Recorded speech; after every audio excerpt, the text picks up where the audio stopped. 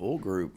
Where have y'all been for all these other press conferences as well? See, we brought Bob out as well, brought the Hall of Famers out. I know it's a big week as well.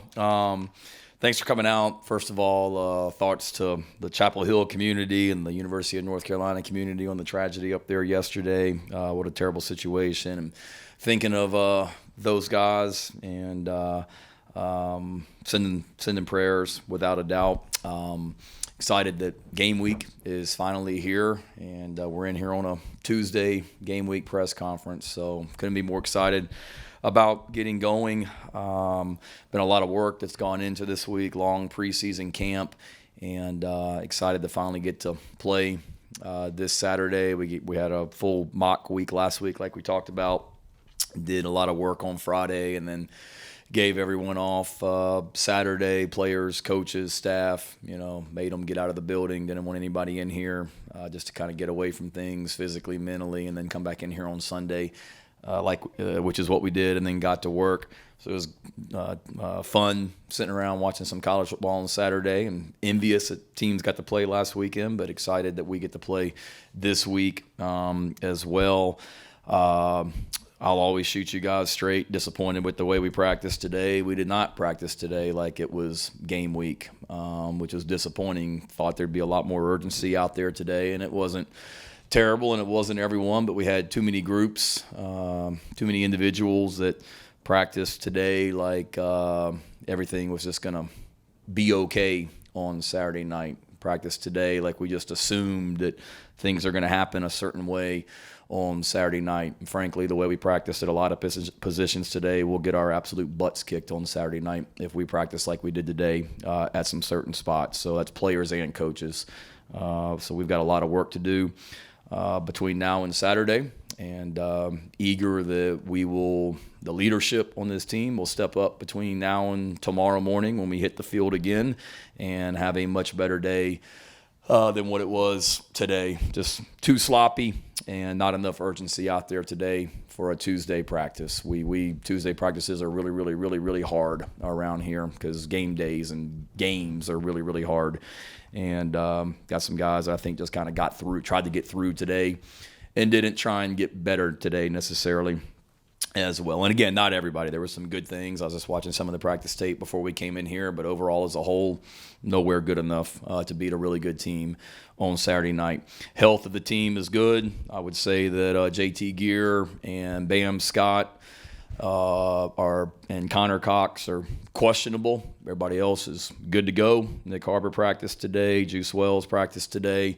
Have no issues with those guys. Fully expect them to see them on Saturday night. Told Juice he got out there and did a little bit of work with the training room yesterday. He was out there with a couple of our strength coaches and one of our trainers and myself, just kind of watching him do some things yesterday, and told him it was like the movie The Natural. Most of y'all are too young in here to have even seen The Natural probably, but there's the scene where Roy Hobbs gets out of the hospital and goes and takes batting practice in the stadium at night where nobody can really see him just to see if he's healthy, and that's what it seemed like with Juice yesterday. I know you guys are going to be shocked. Juice hasn't seen The Natural, had no idea who Roy Hobbs was, but Will and Nate and Josh got a big kick out of that. Our staff members out there as well. But proud of him and the way that he's fought to come back from that injury, as well as Nick Harbor. And it was great seeing all those guys out there running around today. Got a big challenge Saturday night. North Carolina's got a great team. Obviously a team last season that was 9-1 at one point with their only loss to Notre Dame. Didn't finish the season the way they wanted, but wasn't like they were getting blown out in games. They had a tough loss to Georgia Tech. They had a tough loss, close loss to NC State at the end of the game. Played in the ACC championship game against a really good Clemson team, and then lost their bowl game by less than one score as well. So really talented team. I've got so much respect for Mack Brown. Talked about it 2 years ago when we played in the Mayo Bowl, someone who, I've admired his career for a long, long time, going back to when he was at Texas and really going back my dad's first year at Virginia Tech. He was the head coach at Tech, and Mack Brown was the head coach at Tulane. And Virginia Tech played Tulane that year. So someone that my family, my parents think a lot of, and someone in Mack Brown that is a Hall of Famer, went in the College Football Hall of Fame literally the same night as my dad a few years ago up in New York City. So it was really cool being able to see my dad and Mack Brown go in the Hall of Fame the same night. And so much respect, like I said, for his career and the fact that he's won at multiple places and different decades and all that as well. And then also someone that's been very good to me, someone that I've picked up the phone multiple times and called and gotten advice on things and stuff like that as well. He's got a great team, like I said, fantastic offense led by Drake May. Will be a high draft pick in the NFL draft when he decides to go to the NFL. Talented thrower, unbelievable runner. He's a great athlete with great size, and will be a big challenge for our defense. People talk about Drake May, and rightfully so, but he's got weapons on the outside. He's got a veteran offensive line with returning starters, and then a running back group that nobody really talks about, but some really, really talented running backs that go basically 4 deep. And they're all talented guys defensively. 2 fantastic linebackers that, seems like they've been there forever in Gray and Eccles, and a front 4 that is really disruptive. They have size, they have athleticism, a lot of new faces in the secondary, but we know from listening to a lot of their press conferences and hearing them talk, they're excited about their secondary as well. And then special teams, it's clear they work at it. It's clear they know what they're doing, and they got good players out there as well. So will be a big challenge for us. Game ones, as you've heard me say before, is always just really, really tough because there's so many unknowns.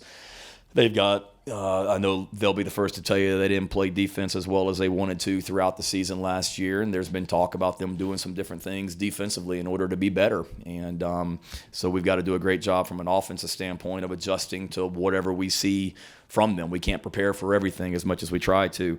Offensively, they have a new offensive coordinator. They have a new offensive line coach. They have a new tight ends coach. They've all been different places the last couple years as well. So watching tape on a lot of different schools as well, whether it be Troy, whether it be UCF, whether it be North Texas, whether it be North Carolina. There's a lot of unknowns about their offense as well, and then special teams as well. These guys have had since January, like we have, to tweak and tinker with and adjust and things like that. So there's so many unknowns. Both teams got to do a great job adjusting early in the game to what we see and try and prepare our guys the best we can during the week so they can go out there on Saturday night and do that with poise and confidence. But excited to finally be playing. Like our group, we've had a good preseason. There's no question we've gotten better since the beginning of preseason practice, and eager to get out there on Saturday night and see where we are as a football team. So don't even have to ask. David, what you got?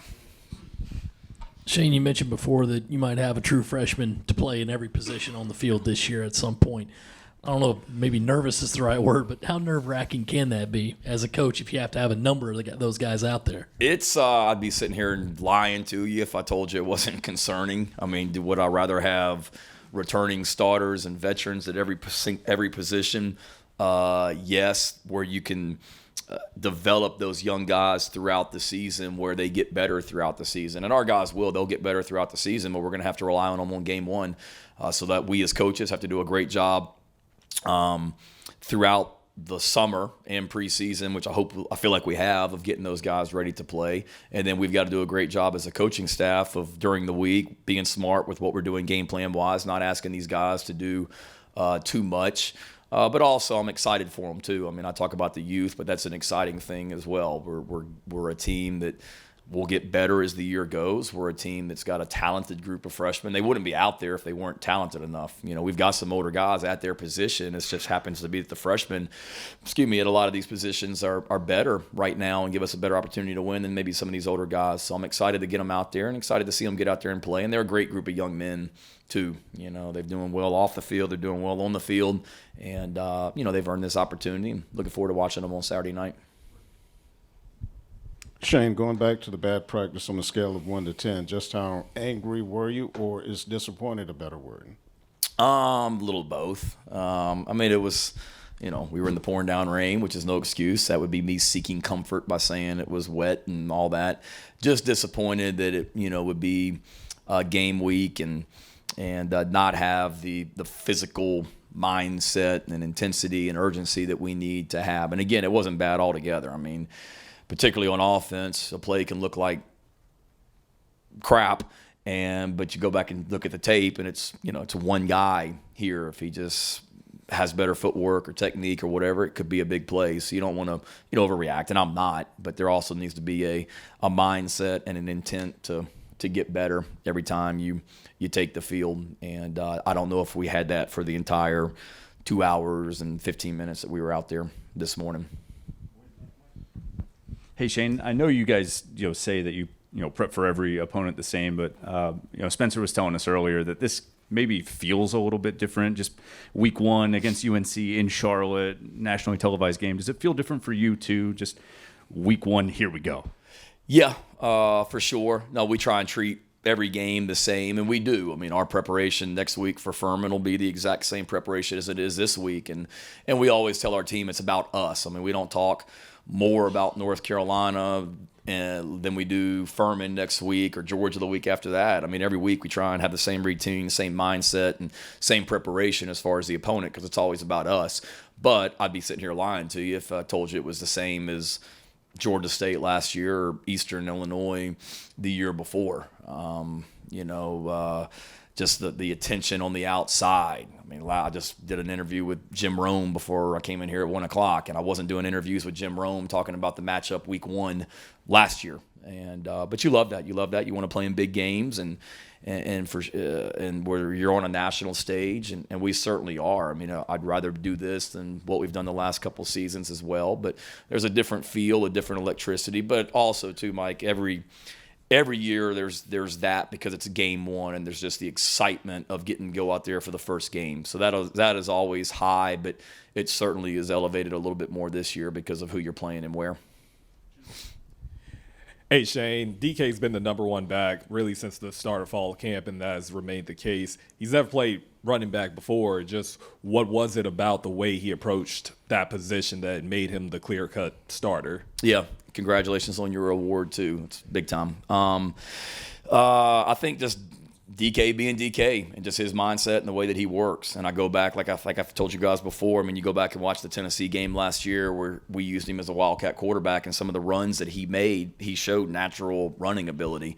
And then you move him to that position and you're like, okay, well now he's got to block linebackers in the passing game from a pass protection standpoint. Can he do that? And he checked that box off easily. And to me, just like everything that he's ever done, whether it be playing quarterback, receiver, special teams, kick returner, he just embraced it. And he showed a toughness, a physical mindset, a professional mindset, where he was just steady and everything you want, in a running back. And it's his first game playing running back, so hopefully he goes out there and has a fantastic night. But he's another one, being an older guy, though. He'll continue to get better as the year goes. But that's what I saw, just the way that he approached things and his maturity level with that.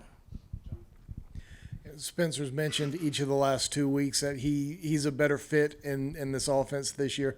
What about Spencer and what about the offense makes it that way in your estimation? That it's a better fit. I think for Spencer, is that your roundabout way of trying to say everything we're doing offensively and stuff like that as well? No, I'm just messing with you. I think with Spencer, it's just he's a year older. He's more confident. We've tried to make some changes to the offense to make it to allow him to play the way that he likes to play. And he just continues to get better. I think the biggest thing, though, is just the finish to last season, the confidence that he already had, but the confidence he brought into 2023 because of the way he finished in 2022, without a doubt. And then just I think the relationship with him and Dow goes a long way towards that, as also just the partnership that they have. And I sit in on those quarterback meetings and the way that they're able to work together, not just Dow and Spencer, but Coach Loggins and all the quarterbacks. And then offensively, kind of the same thing. Just, it's not like we've gone from, we talk about streamlining things and all that. It's not like we're going to go into a game Saturday night with 12 plays in the game plan. I mean, there's still a challenge to learn and whatnot, but certainly just trying to let our guys get out there and play fast and get our best players on the field and be multiple in what we're able to do or what we're doing, and then being able to run the ball and throw the ball both when we have to. So, hopefully I feel like we are. Hopefully we'll be able to do that on Saturday night, and that's what we've tried to do since January.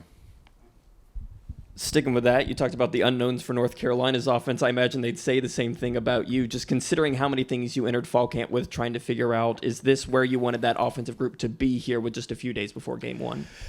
Yeah, I kind of knew we would make progress in August. I didn't think we would be a finished product, and we're not. And there's still some question marks. There really is. That receiver rotation. I think I said it last week, and I'll say it again. I mean, I know the depth chart came out, but that's still a work in progress. Right now, there's no doubt that AB, Juice, and Leggett are our top three, and I'm still trying to figure out what 4, 5, 6, who that is, and not just who it is this Saturday night, but without a doubt who those guys are as the season goes, because we've got some young guys that are getting better. The offensive line rotation and how that continues to progress. The running back rotation after DK and Juju, what does that look like? So there's still things to be determined. I feel good about where we are right now. Certainly there's some things that maybe I was hoping we'd be a little bit farther at, just from a depth standpoint with some of the freshmen. But again, this is game one, and we pride ourselves on getting better week to week throughout the season, and we're going to have to at all those positions.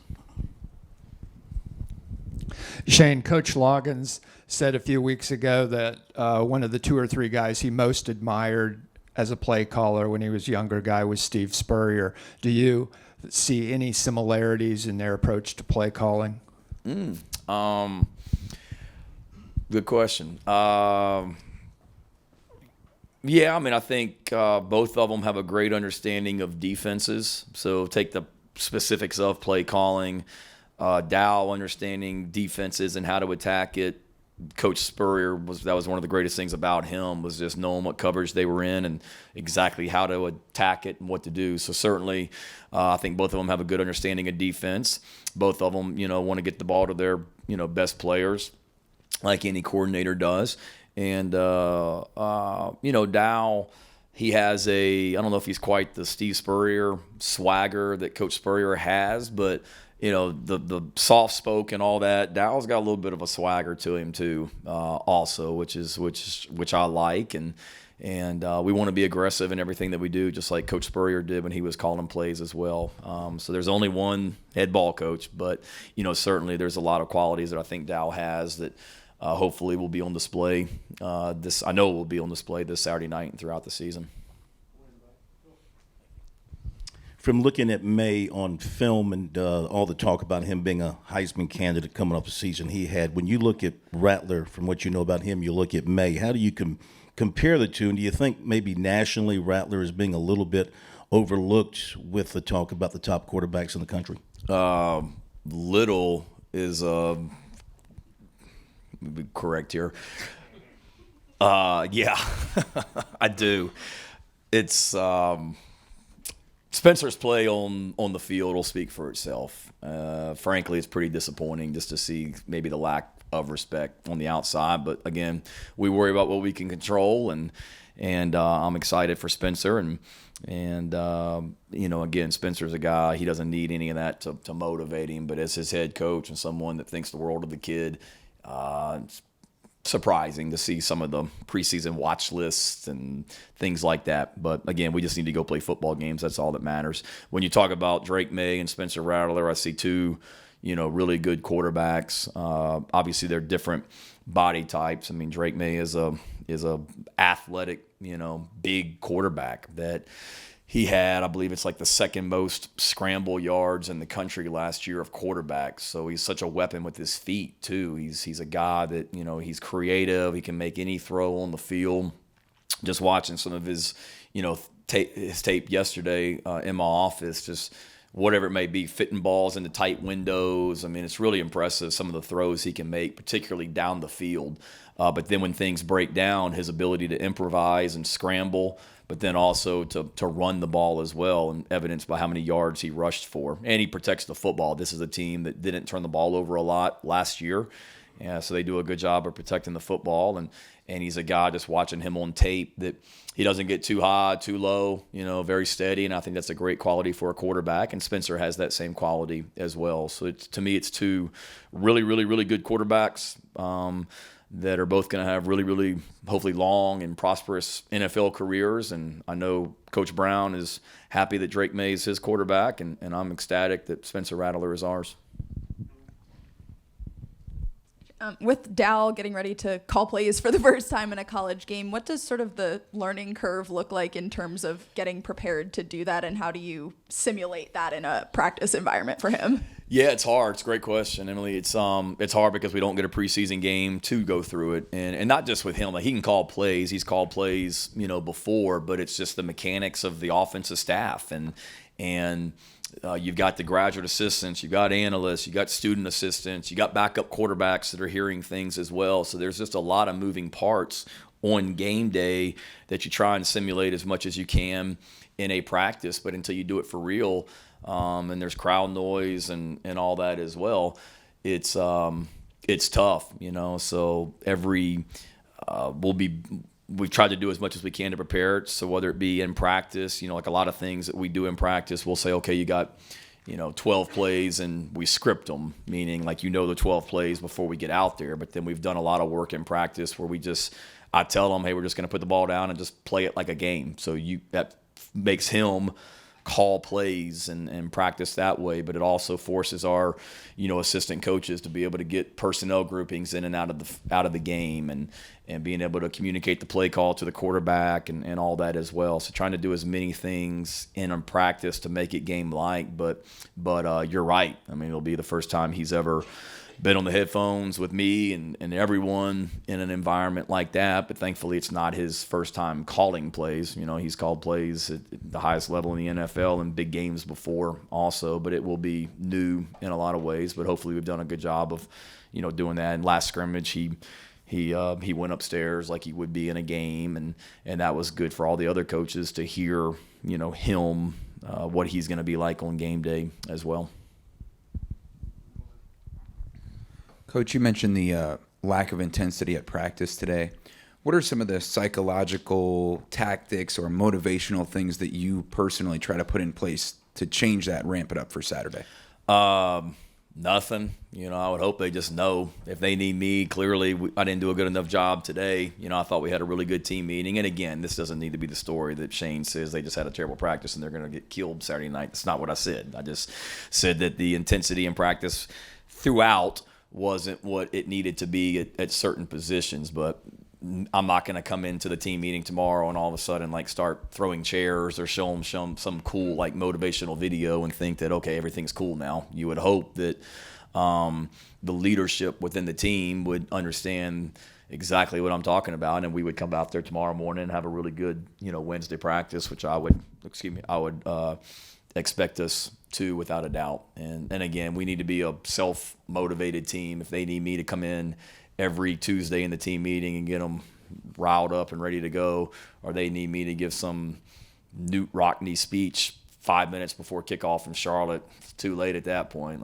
If you're not ready to play Saturday night, nothing I say before the game is going to change it. Shane, what's your defense going to have to do to slow down Drake and that offense? And did you have any kind of recruiting contact with Drake, either at Oklahoma or after you got here? First of all, for us, it always starts with stopping the run. So if they can go out Saturday night, North Carolina's offense, and run the football, it's going to be a long night for us if they're able to run the ball effectively, and you've got Drake May at quarterback. So every game, whether we're playing North Carolina, Furman, whoever it is, for us it starts with stopping the run. But there's no question we've got to be able to just corral him. And I know it's cliche, but everybody just doing their job. And we've got to do a great job of tackling in space. That's another thing that shows up in game ones in college football, the tackling, because you're limited in how much you can do it in practice. So we've got to tackle well in space and stop the run. And then, when he does throw, certainly we've got to be able to get pressure on him, and our defensive backs got to do a great job against their talented receivers. And then as far as the recruiting, not much. I'm trying to even think where I was. I guess I would have been at Oklahoma when he came out of high school. So I remember going and watching him practice in high school. I was recruiting kind of the South Carolina, North Carolina one day for Oklahoma's during the spring, and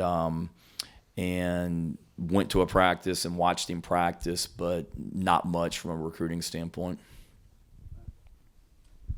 Just on a slightly different note, Buddy Pugh announced that this will be his last season coaching SC State. He's such a prominent figure in the state of South Carolina. What do you think Buddy Pugh's legacy in this game will be? Yep. And let me go back to that one, too. I think I lied to you. I think it was December. And it got me thinking. I'm like, I know I went to his high school. I'm like 99% sure I literally went there. I was in New York City for my dad and Mack Brown to go into the Hall of Fame. And this would have been December. So I think Myers Park would have been maybe still in the playoffs at this point. This would have been 2000, whatever year that was. And I went, and if it was December, I went in there and watched him practice. They were maybe getting ready for a playoff game or something like that. So pretty wild that I'm with Mack Brown the night before, and then here we are, watching Drake May at practice, and then we're playing against him however many years. Sorry. Buddy Pugh, I called Coach Pugh on Friday night after we got off the practice field just to call him, and I told him, I said, Coach, I've got so much respect for you, for what you've done for the state of South Carolina, you as a coach.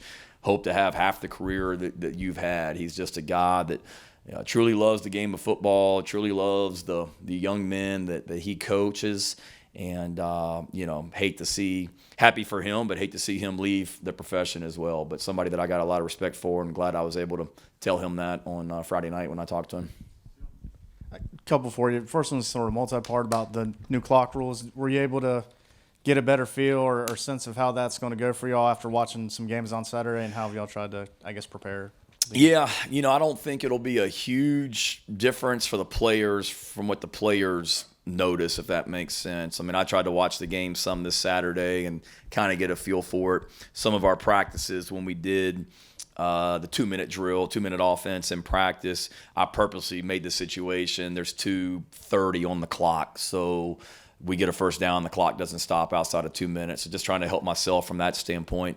I think the biggest thing is just going to be not so much the mechanics when it's happening, but throughout the game, potentially having fewer plays, and that's going to happen. I think the average on college football after one weekend was down a little bit, the total number of plays. So confident that we'll be okay with it. It certainly changes things at the end of the game, whatever the end of the half in game, whatever the situation is, up, behind.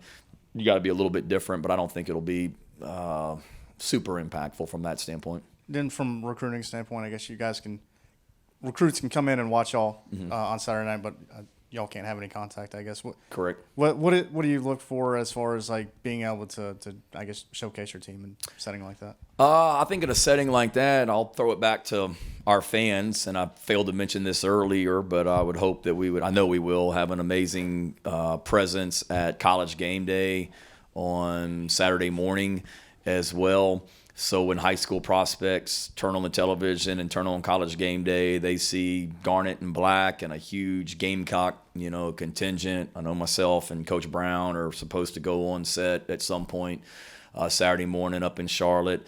So that's where it starts. And then for the recruits that are there in person or watching on television, to me, just the environment that is created in that stadium. I know there'll be a lot of Tar Heel blue in there, and I know there's also going to be a lot of garnet and black in there as well. So to me, it's a great environment that if you're a high school prospect in person or watching on television, you say, you know what, that's the kind of environment that I want to play in, and play in games like this as well. And then hopefully we play well. But I don't think if we're recruiting a young man and we don't play particularly well and the night doesn't go the way that we want it, that he's going to eliminate us because of how he performed in game one. To me, it's more just the effort we play with, the joy we play with as a team. They look at that and say, I want to be a part of what they got going on down there on that sideline and on the field. But then also being able to look around and see garnet and black everywhere in Bank of America Stadium, to me, that's the best thing that we could do from a recruiting standpoint. So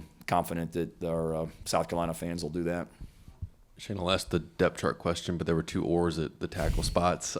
Just what have you seen in those 2 battles? What have you liked? What concerned you? And is that a situation where multiple guys might play Saturday night? Yeah, I just read there was South Florida, I think, had was it 53?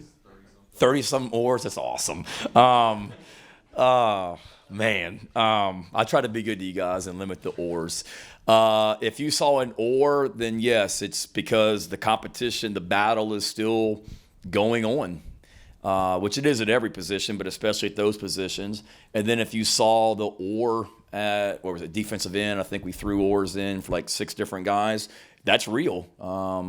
Competition's still ongoing, and I would expect to see all of those guys on Saturday night as well. So again, I know that I think Coach Saban, he said what he said yesterday about depth charts and all that as well, and I get it. I mean, the depth chart is listed a certain way, but we may start the game defensively in a unique personnel grouping, or we may start the game offensively in a unique personnel grouping that puts somebody that's listed as a backup in the game as a starter. I don't know, but those guys that are listed on that depth chart, you're going to see them Saturday night, and then you're also going to see a lot of guys that aren't on the depth chart as well. So that's we'll see where we are on Saturday. Just going back to true freshman for a minute here. Last year you had Nick come in game 1. You had some other players. Is it possible to just kind of simulate that preparation for true freshmen, or is it case by case different with trying to get those guys ready for a first game? I think it's case by case. The good thing is we have a awesome fan base that creates an amazing environment for our spring game. So, and I know sometimes I brag about our fan base, but it's true. Like, I'll watch other spring games and there's 100 people in the stands. That's not a environment getting guys ready to play what it's like on Saturday. So realistically, I don't know, but I would bet that the biggest crowd that Nick Gargiulo ever played in was our spring game. I know for a fact it's the biggest crowd that Marquis Anderson or Dez or Mario or some of these other guys that came from smaller schools or high schools, they played in front of a big environment at our spring game. So thank you, Gamecock Nation, for that, because, we had Sean Ryan, who's an offensive analyst for us. He's been in the NFL for a long time, and he said it yesterday. He's like, man, that was the loudest crowd that I've coached in a long time. He was in the NFL, and he was here for the spring game, and there's no question. You watch a college game and you watch an NFL game, the noise is different. And so to answer your question, yeah, I think we were able to prepare a lot of guys for that, the freshmen that were here, the transfers that were here in the springtime, because they got to experience a crowd in Williams-Brice Stadium, which not every school gets to do, but not every school has that blessing that we do with a great fan base. But I'd be lying to you if I told you that I knew that Nick Imamori was going to go out there in game 1 on the first series or whatever last year and play like he did. I think some guys are just gamers that rise to the level that maybe, they're good practice players, but man, when the lights come on and it's for real, they take it to a whole new level. And I got an idea about who some of those guys are on the team, and hopefully we got a lot of them. Hey, Shane, you mentioned how Spencer is not the kind of guy who needs to be left off preseason watch list for motivation, but there are a lot of guys who speak really highly of him in this building. Does that add a little extra motivation or chip on their shoulder as they get ready for week 1? The other guys, like for teammates, Spencer, you mean? on his behalf, I'd say. I don't know. I mean, I think hopefully we have that with every player on the team, that we all want to fight for one another and lift each other up. And we talk about being the closest, wanting to be the closest team, most connected team in the country.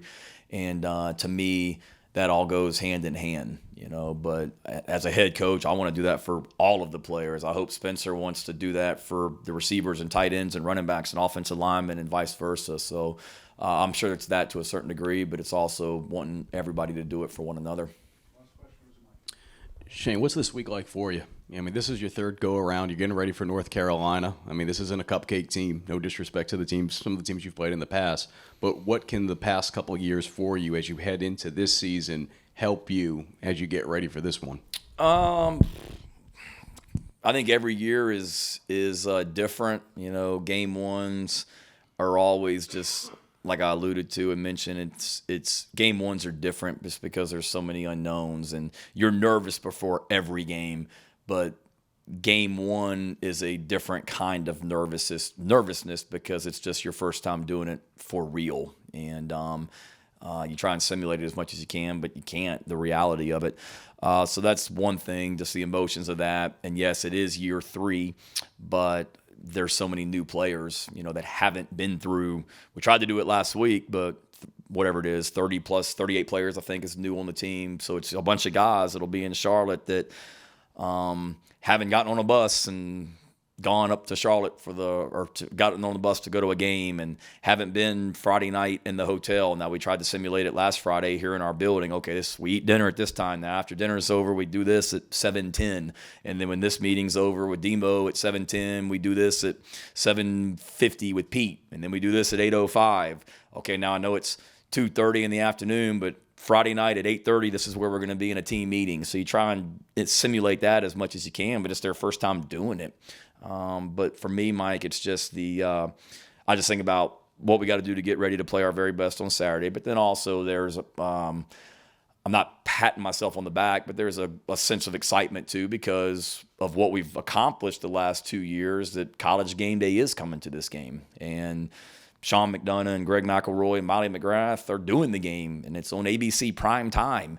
That means you're doing really good things as a program and you've made progress. And we still have a lot of work to do, but to me it's a credit to the people in this program that in 2 years we've gotten this program to the point that this is the primetime game on ABC to start the season for the whole country to watch. And it's exciting too because it's just the beginning of where we're going. We're going to continue to play in big games like this and games of magnitude. And that's what I think about is just the excitement of it, but also we got a lot of work to do between now and Saturday for us to be able to go out there and perform well also. Thank you. No questions, Bob? You spectator? Learning from each other. Yeah, we'll probably take the OT off and make like a LT, RT, something like that as well. We may add some mores, though. I don't know. But y'all want the specifics, so if we have a bunch of guys that play every position, multiple snaps, we'll add oars next week if we need to. But, yes, it'll be updated. But Steve will tell you that's usually about a 15-second meeting on Sunday nights about the depth chart. Y'all have a great week.